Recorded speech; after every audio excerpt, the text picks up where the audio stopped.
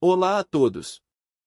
Sejam muito bem-vindos a mais uma jornada sonora onde transformamos páginas de sabedoria em combustível para a sua vida e para os seus negócios. Hoje, vamos mergulhar em uma história que é, ao mesmo tempo, um tapa na cara e um abraço de encorajamento. Vamos falar sobre a mentalidade implacável de alguém que olhou para o mundo dos negócios não como um trabalho, não como uma carreira, mas como um esporte. Um esporte brutal, competitivo, que nunca dorme e que exige tudo de você. Estou falando, é claro, das lições extraídas do livro How to Win at the Sport of Business, ou em tradução livre, Como Vencer no Esporte dos Negócios, escrito pelo inimitável Mark Cuban. Se você já assistiu ao Shark Tank, sabe quem ele é, o bilionário dono do time de basquete Dallas Mavericks. Investidor serial e uma personalidade que não tem papas na língua. Mas o que talvez você não saiba é que a história dele não começou em salas de reuniões com ar-condicionado. Começou com ele dormindo no chão, sem dinheiro, dirigindo um carro que parecia uma peneira de tantos buracos e com uma dúvida gigante sobre o futuro. E a premissa central de tudo que vamos conversar hoje é simples, mas poderosa: se ele conseguiu, você também consegue. Vamos começar voltando no tempo, para o momento que Mark Cuban chama de o sonho. Imagine um jovem de 20 e poucos anos, recém-saído da faculdade, chegando à cidade de Dallas em um Fiat 1977 caindo aos pedaços, que queimava mais óleo do que gasolina. Ele não tinha emprego, não tinha poupança e, literalmente, não tinha onde morar. Ele se mudou para um apartamento de 3 quartos onde já moravam 5 rapazes. Ele era o sexto.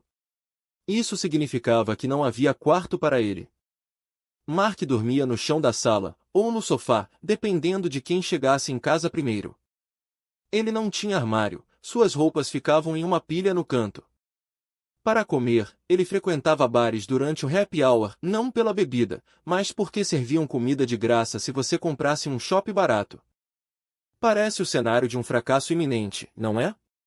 Mas foi exatamente ali, naquele caos, naquela escassez, que a mentalidade dele foi forjada. Mark Cuban nos ensina que essa fase, a fase de estar quebrado, não é um obstáculo, mas sim uma passagem necessária e educativa. Ele olhava para as casas grandes enquanto dirigia e se perguntava: o que essas pessoas sabem que eu não sei? O que elas fizeram que eu ainda não fiz? Essa curiosidade o levou a ler. Ele lia biografias de pessoas bem-sucedidas não apenas para passar o tempo, mas para encontrar um roteiro. E aqui entramos no primeiro grande pilar da filosofia de Cuban, a preparação através do conhecimento. Enquanto seus amigos e colegas estavam preocupados em se divertir ou reclamar de seus empregos medíocres, Mark estava lendo manuais de software. Sim, manuais técnicos, áridos e chatos de computadores e programas que ninguém mais queria entender. Ele percebeu algo fundamental que muda o jogo para qualquer um: a maioria das pessoas não está disposta a fazer o trabalho duro de aprender. A maioria das pessoas quer o sucesso, mas não quer a preparação. Mark trabalhava vendendo softwares de computador, uma área na qual ele não tinha formação prévia. Mas ele chegava em casa à noite, em vez de ligar a TV, ele lia os manuais.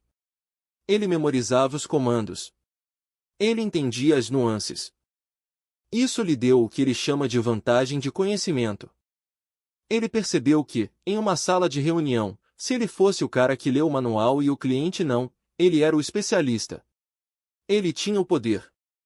Isso nos leva a uma reflexão profunda sobre o nosso próprio comportamento. O que você está fazendo enquanto os seus concorrentes estão dormindo ou se divertindo?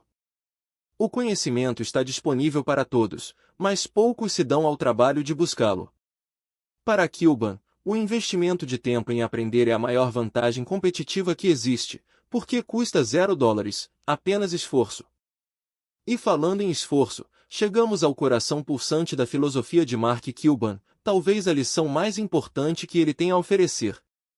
Ele diz, com todas as letras: a única coisa na vida que você pode controlar é o seu esforço. Pense nisso por um segundo. Você não controla a economia. Você não controla as taxas de juros. Você não controla se um concorrente gigante vai entrar no seu mercado amanhã. Você não controla o humor do seu cliente. Mas você controla, com precisão absoluta, o quanto você se dedica. Mark conta que, quando fundou sua primeira empresa, a Micro Solutions, ele não era o mais inteligente, nem o mais rico, nem o mais conectado. Mas ele decidiu que ninguém, absolutamente ninguém, trabalharia mais do que ele. Ele passava dias sem folga, virava noites. Porque sabia que cada hora gasta aprendendo e melhorando seu negócio era um tijolo na construção do seu destino. Essa mentalidade de esforço total conecta-se diretamente com a analogia que dá título ao livro: Negócios são um esporte. E não é um esporte amador de fim de semana. É um esporte profissional, jogado 24 horas por dia, 7 dias por semana, 365 dias por ano. Mark visualiza o mundo dos negócios como uma competição feroz onde, em algum lugar, há alguém tentando te tirar do jogo. Há alguém tentando roubar seus clientes, fazer um produto melhor, te deixar para trás. Se você trata seu negócio apenas como um ganha-pão ou um hobby, você vai perder para quem o trata como uma final de campeonato mundial. Ele dizia para si mesmo que precisava estar preparado para chutar o traseiro da concorrência, porque se não o fizesse, eles fariam isso com ele. Essa visão pode parecer agressiva para alguns, mas é, na verdade, uma visão de sobrevivência e excelência. A competição te obriga a ser melhor, a inovar, a não se acomodar. Mas como você compete quando não tem dinheiro? Mark Cuban é um defensor ferrenho do que ele chama de capital de suor ou sweat equity. Muitas pessoas hoje acreditam que para começar um negócio precisam de investidores, de rodadas de financiamento, de capital de risco. Mark diz: cuidado.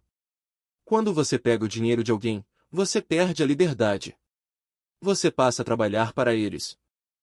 A melhor forma de capital é o seu próprio suor. É fazer o trabalho que você teria que pagar alguém para fazer. É ser o vendedor, o técnico, o faxineiro e o CEO ao mesmo tempo. Na sua primeira empresa, ele não tinha secretária. Ele mesmo datilografava as notas fiscais. Ele mesmo limpava o chão. E ele se orgulha disso. Ele diz que começar pequeno e pobre é uma vantagem, porque te obriga a ser criativo e a focar no que realmente importa, as vendas e o lucro. Não em escritórios bonitos e cadeiras ergonômicas. E isso nos leva a outro ponto crucial da narrativa de Cuban: vendas. Para Mark, vender é a cura para tudo. Não importa quão boa seja sua ideia, quão revolucionária seja sua tecnologia ou quão bonito seja seu logotipo. Se você não consegue vender, você não tem um negócio, você tem um projeto de falência. Mas a visão dele sobre vendas não é aquela do vendedor insistente e chato. Para ele, vender não é convencer alguém a comprar algo que não quer. Vender é ajudar. É entender o problema da outra pessoa e oferecer uma solução que vai facilitar a vida dela. Quando você muda a perspectiva de preciso pegar o dinheiro deles para preciso resolver o problema deles, a venda acontece naturalmente. Ele aprendeu isso da maneira mais difícil, tomando nãos na cara, sendo demitido de empregos de vendas. Até entender que a conexão humana e a empatia são as ferramentas de venda mais poderosas. Há uma história incrível no livro que ilustra a resiliência necessária nesse processo. Mark conta sobre um momento devastador em sua primeira empresa. Ele tinha uma secretária, a quem ele confiava muito. Um dia, ele descobriu que ela estava falsificando os cheques da empresa, raspando o nome dos fornecedores e escrevendo dela por cima. Ela roubou quase todo o dinheiro que a empresa tinha no banco. Eles ficaram com $85.000 a menos, o que na época era uma fortuna que poderia quebrá-los. Mark ficou furioso, sentiu-se traído, quis gritar, quis processar o banco, quis vingança. Mas então, ele parou.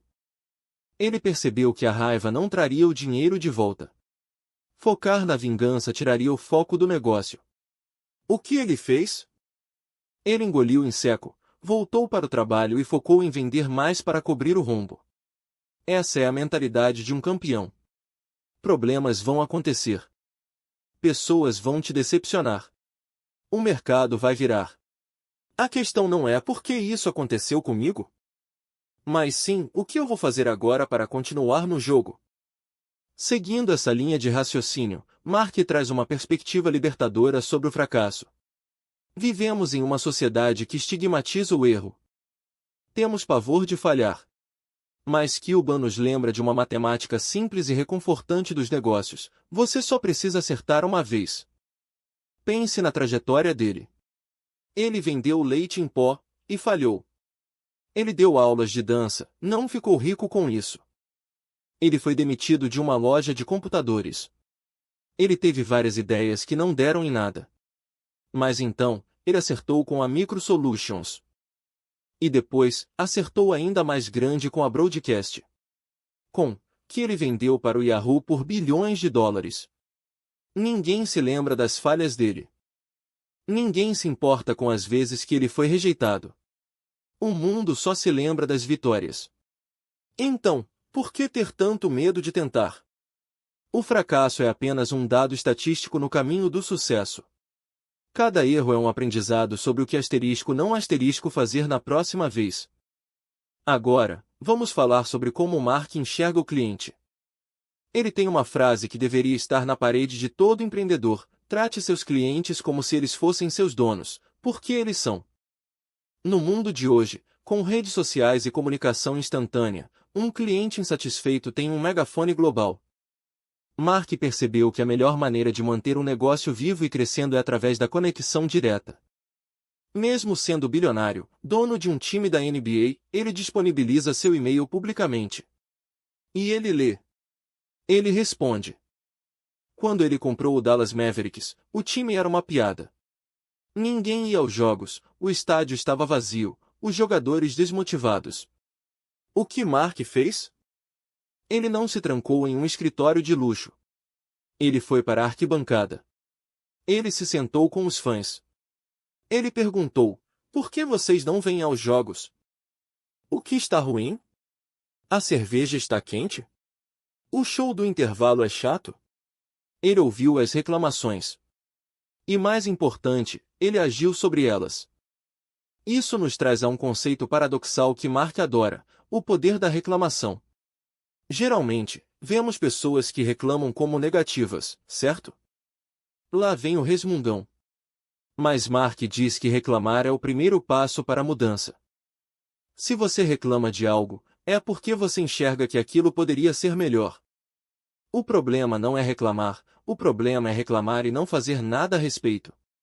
Ele comprou os Mavericks porque reclamava de como o time era mal gerido. Ele criou o HDNet porque reclamava que não havia conteúdo em alta definição na TV.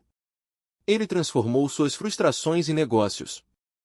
Então, da próxima vez que você se pegar reclamando de um serviço, de um produto ou de uma situação, pare e pense. Será que aqui não existe uma oportunidade de negócio? Se eu odeio isso, outras pessoas também devem odiar. Se eu consertar isso, elas me pagarão. Além de ouvir o cliente e resolver problemas, Mark Cuban enfatiza a importância de seguir o caminho de menor resistência. Não no sentido de ser preguiçoso, mas no sentido de facilitar a vida do usuário. Ele observa que empresas gigantes como Google, Amazon e Netflix venceram não apenas porque tinham a melhor tecnologia, mas porque eram as mais fáceis de usar. O ser humano é programado para economizar energia. Se o seu produto exige que o cliente leia um manual de 50 páginas, você já perdeu. Se o seu site demora para carregar, você perdeu. Se comprar de você é complicado, o cliente vai para o concorrente, mesmo que o produto dele seja inferior, só porque é mais fácil. Mark aplicou isso na Broadcast. Na época, ouvir rádio ou ver vídeos na internet era um pesadelo técnico. Ele trabalhou obsessivamente para tornar isso tão simples quanto apertar um botão. Pergunte-se: o quão fácil é fazer negócios com você? Você está colocando barreiras ou tapetes vermelhos para o seu cliente? E, claro, não podemos falar de Mark Cuban sem falar de paixão. Mas cuidado, não é a paixão romântica de faça o que você ama e o dinheiro virá. Mark é muito pragmático. Ele diz: não siga sua paixão, siga seu esforço. O que isso significa? Significa que muitas vezes amamos coisas nas quais não somos bons, ou que não dão dinheiro. Eu posso amar cantar, mas se eu canto mal, ninguém vai pagar para me ouvir. Por outro lado, geralmente acabamos gostando daquilo em que somos bons e onde vemos resultados. Se você dedica tempo, esforço e suor em algo, você começa a ficar bom naquilo. Quando você fica bom, você começa a ter sucesso. E quando você tem sucesso, você se apaixona pelo processo. A paixão é consequência da excelência, não necessariamente a causa. Então, olhe para onde você gasta seu tempo.